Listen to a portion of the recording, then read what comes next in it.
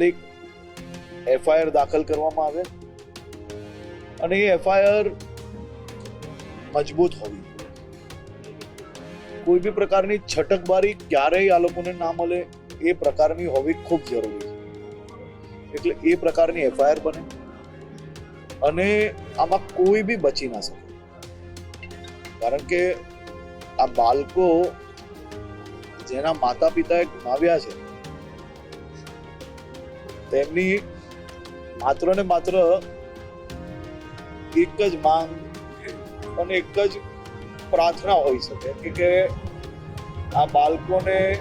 ગુનેગારોને કડકમાં કડક સજા થાય અને એ સજા થાય તે માટે વડોદરા પોલીસ દ્વારા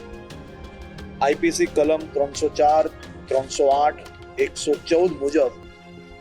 એફઆઈઆર દાખલ કરી લેવામાં આવી છે। 2 આરોપીઓને પકડ્યા છે,